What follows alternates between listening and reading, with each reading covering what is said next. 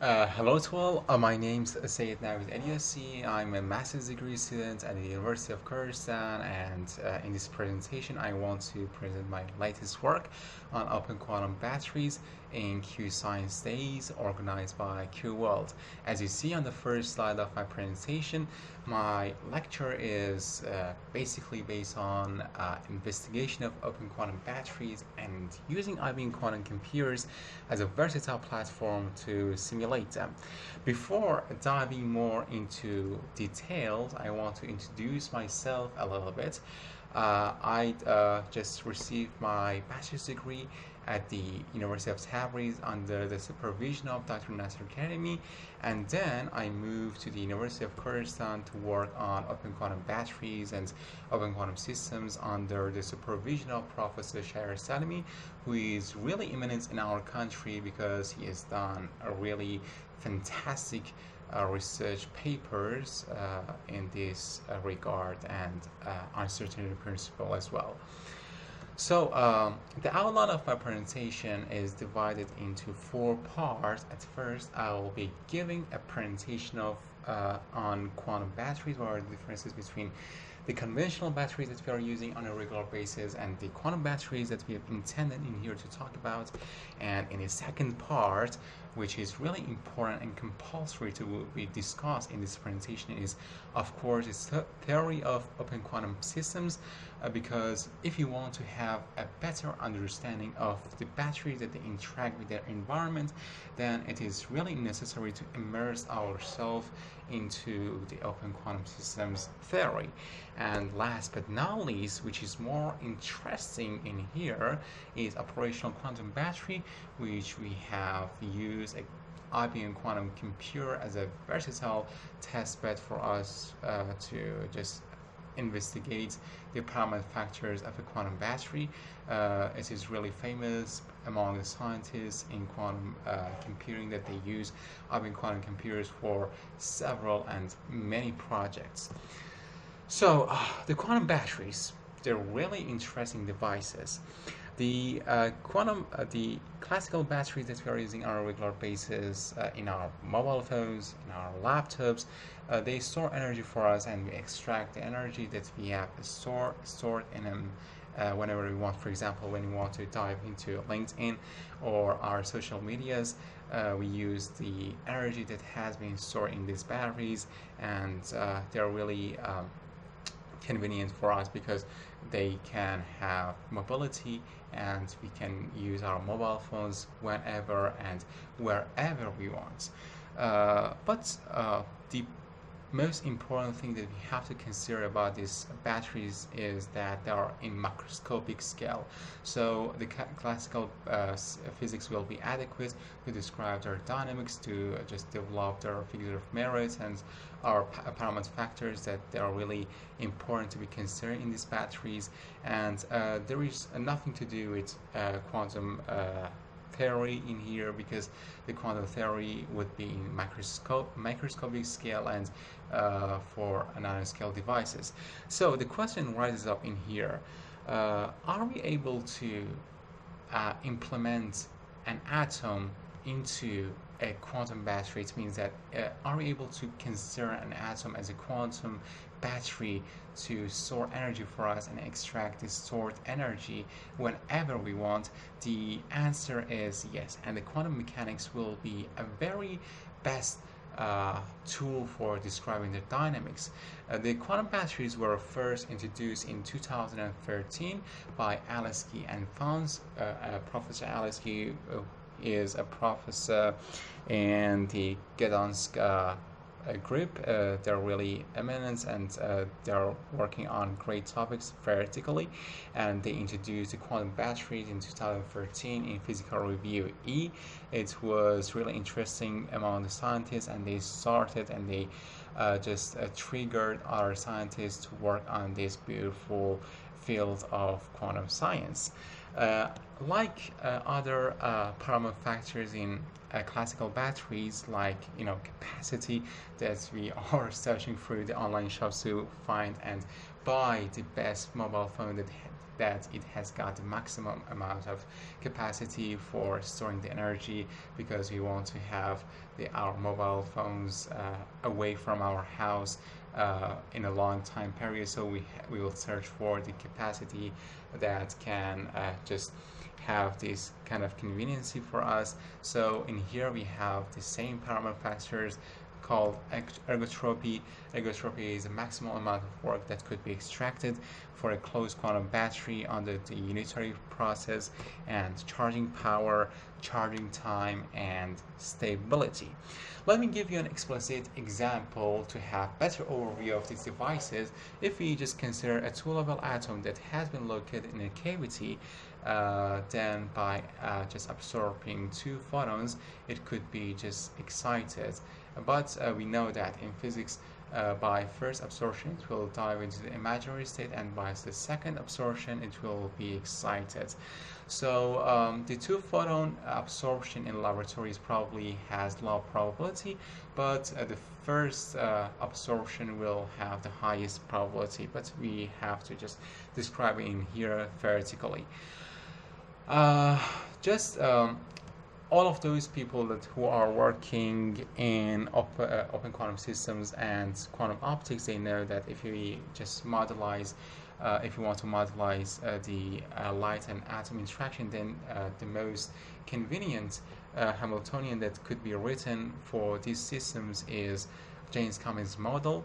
It is really straightforward for us to describe our system by this Hamiltonian, because we know how to deal with it. We know how to just calculate the eigenvalues and eigenstates easily, and it is a piece of cake to use this Hamiltonian in here. And the Hamiltonian of two photon Jaynes-Cummings model could be written down like this. So the first part of our Hamiltonian is related to our two photon level atom, and in the second part it describes the cavity, and the first part describes the interaction between the light and atom, which it has got really beautiful meaning. In here, theta t is like a state function, because whenever we want to charge our battery, then we have light and atom interaction, then this coefficient will be equal to 1, and when we want to just disconnect our battery from our cavity, then this naturally this coefficient will be equal to 0, and lambda is the strength coefficient between light and atom interaction, and sigma minus and sigma plus will be the just ladder operators, and A dagger and A are just creation and annihilation operators respectively. So by having the Hamiltonian into matrix form, we can just calculate the eigenvalues and eigenstates, and by just writing down the initial states like this, we just assume that our battery is not charged and it is in ground state, and our just cavity state could be multiplied by just initial state of our battery, like in here, and alpha n are just the probability amplitude of our cavity, and we describe it in three distinct states: the Fock, coherent, and squeeze state. They are really important cavity state that and people out there are using them in laboratory. The coherent state is probably the most important state of light, because it's minimized the uncertainty principle, and it has got various implementations in different fields. So our initial states could be written down in terms of our eigenstates, and it will come in handy for us, because when we want to apply the unitary dynamics, then the unitary dynamics could be standardly written like this, and we can just change the Hamiltonian here by each eigen value that has been applied to the eigenstates, like this in here, and it is really straightforward for us to describe the dynamics like that we have written in here. So by having in mind our initial states and our evolutionized one, we can have the average energy stored in our battery. By how? We can just have it by just subtracting the average internal energy by evolutionary state and our initial state. And lastly, we can have the energy stored in our battery like in here, and we can plot the energy stored in our battery in three distinct states that we have introduced in the previous slide, in coherent state, squeeze state, and in Fock state. So the time period given the maximum energy for the Fock state could be written like this. It is really straightforward for us to calculate this too. We can just equal the sine function in here to 1 because it maximizes the energy that has been stored in our battery.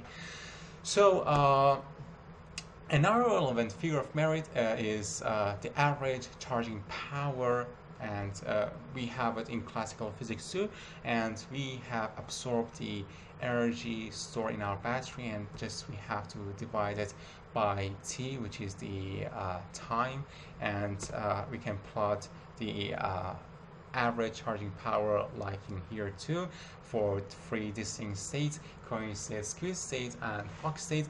As you see in here, like the diagram that you saw in the previous slide, the Fock state has the maximum charging power, and then coherent state, and lastly would be Fock state. But in here, as you see, for just squeeze state in here, the squeeze state has better charging time because it has the fastest charging time, and it will charge our battery in a fast pace. So the ergotropy, which is really important here to be discussed, the ergotropy is the maximal amount of work that could be extracted in a quantum mechanical system that doesn't have interaction within the environment. And so naturally we have unitary dynamics, and ergotropy could be written down like this. The trace row H is the average internal energy, and minimum will be implemented for all of those unitary dynamics that could minimize this part of our ergotropy. And this unitary operator that could have this state for us, and the state is called passive. The passive states are those states that we literally cannot extract any kind of work from our battery anymore, and they're called passive. So for our passive states, we have two just assumption. The first one is the row H should be commutative, and so they have just common eigen state within each other, and it is not really adequate for us yet because we have to add another important factor in here to make a passive state. Then the second assumption will be that the maximal probability will be multiplied by the least energy, and so that we will have this part of our ergotropy to be minimized. So it is really interesting for us that it doesn't really matter that we have this specific unitary dynamics, just we have to reverse the probability amplitude like that we have written in here. So it will be so much easy and just straightforward for us to have our Hamiltonian and our just density matrix, and we have to just reverse the eigenvalues of our density matrix. It doesn't have anything to do with just finding the specific unitary dynamics to do the thing for us. So the open quantum systems, which we are going to talk about in this section, will have a very important part in this presentation, because when we want to describe our battery in our real life, then the battery that we are encountering, they have interaction within their environment, and environment has effects like dissipation and self-discharge. They're really important to consider them, because one day if you want to just implement them in laboratory, then we have to describe their dynamics when we have the environment. So when we are describing the quantum system that they have interaction with their environment, then we don't have unitary dynamics. We have dynamical maps that they map our initial state to evolutionized one. So this kind of dynamical maps should be CPTP. It means that they should be completely positive trace preserving, and they should be linear, and they should have these characteristics for us to just guarantee that our first initial state will be evolutionized to a density matrix that has the features of a density matrix in quantum mechanics. And the dynamical maps form a semigroup for us. They don't have just two features of a group to form a group, that then we call them a semigroup. So there are two approaches to describe the open quantum systems. These two approaches are called Markovian and non-Markovian. In non-Markovian, we first describe our system that we don't have any correlations between the system and the environment, and so our initial state will be product state, and then we'll have an approximation called Born approximation, that we consider the density matrix of our environment to be constant over time. It means that our system won't affect the dynamics of the environment, and it is not that much realistic, but so we continue, and then by putting this the density matrix of our whole system into Liouville equation, then we'll have this integration, and as you see, our just density matrix of our system is respected to the integrate in here, and our state will be evolutionized step by step. But if we just change it to rho st, it means that we just change it and we delete the memory of our system. It means that our initial state will be just transferred to the evolutionized state without considering the steps, and the memory would be just removed in here. So by continuing the dynamics, we'll have the Markov approximation, which is the memory approximation. The memory has been omitted in this equation. This equation is called Redfield equation, and it is real famous. And by continuing the just calculations, we'll have the Lindblad equation, which is called master equation, or GKSL, that describes the open quantum system dynamics. It is like the Schrödinger equation that we describe the closed quantum systems, and it is really straightforward to use this equation for describing the dynamics of our quantum systems. And we'll have the non-Markovian regime. In non-Markovian approach, we just bring back the memory to our system. It means that our kernel, our propagator, will be dependent on time, and our initial state will be just evolutionized step by step, and it will be more rational, it will be more better for us to describe our system in non-Markovian, although the Markovian and non-Markovian should have some consideration for their environment, but we just have them as a principal approaches to describe the open quantum systems.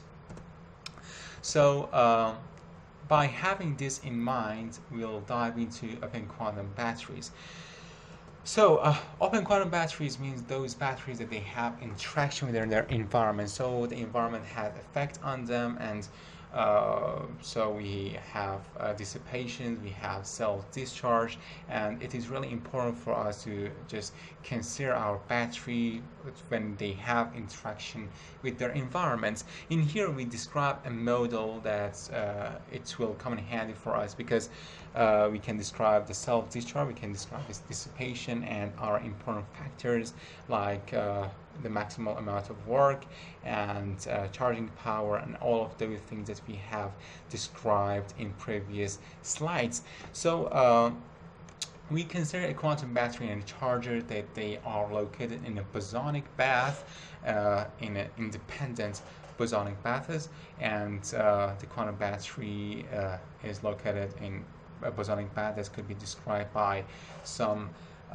electromagnetic waves, and in the charger we have the same condition, but so the paths that we are describing here, they are independent from each other, and we describe them independently. So if you want to write down the Hamiltonian of our system, we can write it down in like this. H0 will be the free Hamiltonian of our system. That could be written like this, and H int would be the Hamiltonian interaction Hamiltonian of our system, that this part describes the interaction between each system within their environment. So we just consider the process as like as here we first consider that our battery and our charger are not connected within each other, and second, we first consider that the environments are not just active in the first step, but when we dive into the second step and when we connect the charger to the battery, the environments come into place right now, and environments will affect our dynamics of our system. And the third step will be the time that our battery is fully charged, and in the fourth part we just extract the energy that has been stored within a unitary process. In this state, we don't have the environment, and we are allowed to use aerotropy as a standard parameter for us, as a standard parameter for us to extract the energy that has been stored.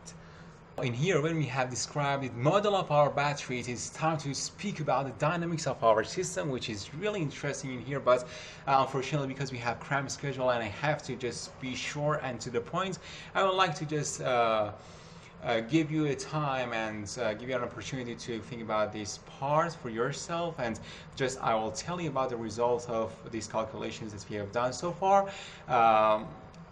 I've just achieved the results for three distinct states: intermittent regime, damped regime, and overdamped regime. In all of those regimes, we have just introduced an R measure for the intensity of Markovianity and non-Markovianity. For example, for R greater than 1, more than greater than 1, then our dynamics will be just non-Markovian, and for R less than 1, so much less than 1, then the dynamics will be Markovian. So as you see, in all plots, in all diagrams in here, the non-Markovian regime will be more efficient for us to build up our quantum battery. And even in overdamped regime, as you see in here, for R that is so much greater than 1 is equal to 100, we see that it is close to have the fully charged and fully ergotropy for us in here. So I suppose that non-Markovian regime for building our quantum battery will be more efficient for us for these parts.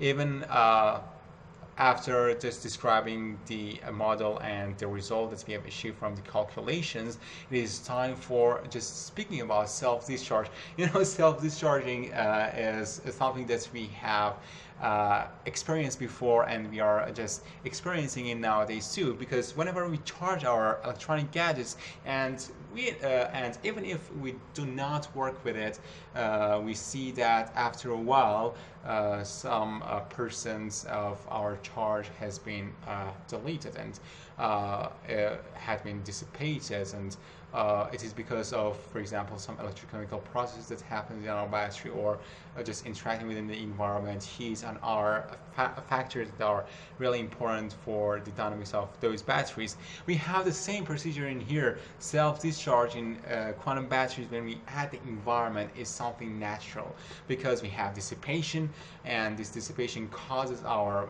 charge in our battery to be dissipated, and so we have self-discharge.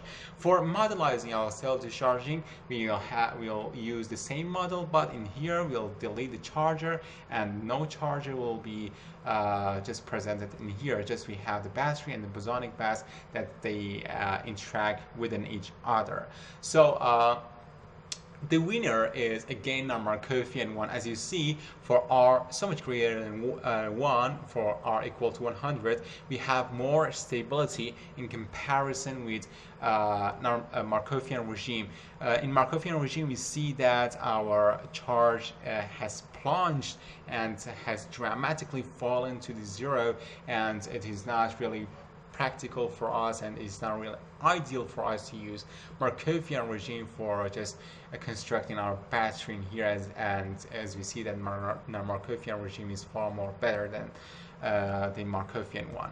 So after talking about a lot about quantum batteries, open quantum systems, it is time for us to talk about operational quantum battery, and we use quantum computers to implement our idea. And the question pops up in here: how we can use quantum computers as quantum batteries? And of course, do we have any kind of quantum computer in the university, at the University of Kurdistan in here? The question is, yes, we have one, but online, thanks to IBM Quantum Computers, IBM company that has provided this access for us to use IBM Quantum Lab online, and it is based on Python programming, and we use QSD package to connect those computers, and we just execute our circuits really easily, and we just have to wait a little bit to be in the queue, and after a while we'll receive our results. And it is so much convenient for us, for those who are working in abroad and they don't have access physically with these quantum computers. They can access through the internet, and it will be so much pleasurable, and we can drive so much advantage from this opportunity that IBM company has provided for us. So first of all, for using this qubit that has been provided for us in IBM quantum computers, we've got to have qubits modification. I mean that we have to modelize these qubits for us as simple as possible, and make it more easier for us to just based on the measurements that we absorb from those IBM quantum computers, we can implement it to our calculations, and we can connect our calculations to those measurements that we do in IBM quantum computers. And the more that we go through our presentation, the more you will be aware how we can use this kind of bridge to connect this kind of calculations to measurement that we absorb from the quantum computers. So first of all, we have to know how superconducting qubits work in IBM quantum computers. The qubits that are available in those computers are working in transform regime. I mean that the gap between the states are far different from each other, so we'll be sure that if we just send a pulse through the resonators, then our qubits will be just excited to the first state, and if we just increase the energy of our signal, then it will be excited to second state or more too. So if we describe the Hamiltonian of our system, then we can write it down in here like this: H-qubit, it is the qubits of Hamiltonian of our qubit, and Hc is the Hamiltonian of our classical electromagnetic wave, that signal that we send it through, and as you see, our Hamiltonian has got a really wild fluctuation. So because of this reason, we can easily transfer it to the rotating frame. While transferring to the rotating frame, we can decrease these fluctuations, and we'll be more sure that our Hamiltonian will be more handleable for us. And based on this Hamiltonian, we can write down the eigenstates, and from initial states that we have written in here, we can write it down by the eigenstate that we have derived from Hamiltonian power system. So let me just tell you the result, because again, we have no time for just describing the calculation here. As you see, that energy, the average energy stored in our battery is just directly related to the probability of our just qubits being excited to the state 1, and delta is the energy gap between the 0 and 1 state.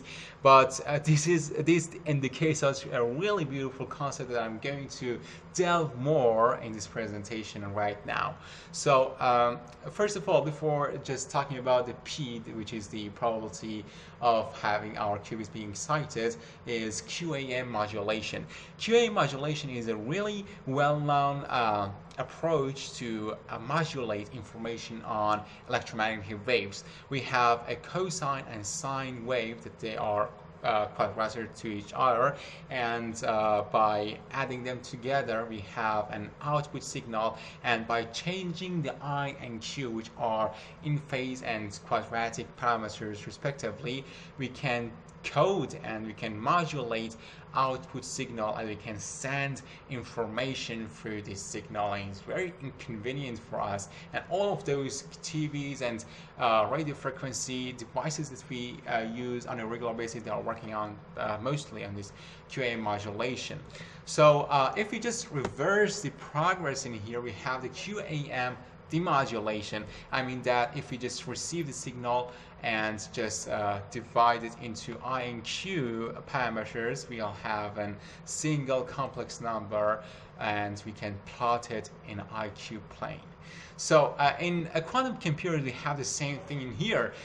Before the measurement, before the pulses we send it through for exciting the qubits, we will send the measurement pulses, and by measuring the I and Q parameters, we plot them through the IQ plane, and then by applying the P pulse which excites the qubits, we'll repeat the same procedure, and we'll have some dots again on the IQ plane. I mean that the same just diagram that I've just drew in here, as you see that in the first state that we have just sent it the measurement pulse, we have absorbed the blue dots in here, and by sending the excited the p-pulse that excites the qubit, and by measuring it again by pulses, we'll have the red dots. But the point, the beautiful point and the fabulous one is that in here, as you see, some of the red dots are combined with the blue dots, and some of the blue dots are combined with the red dots.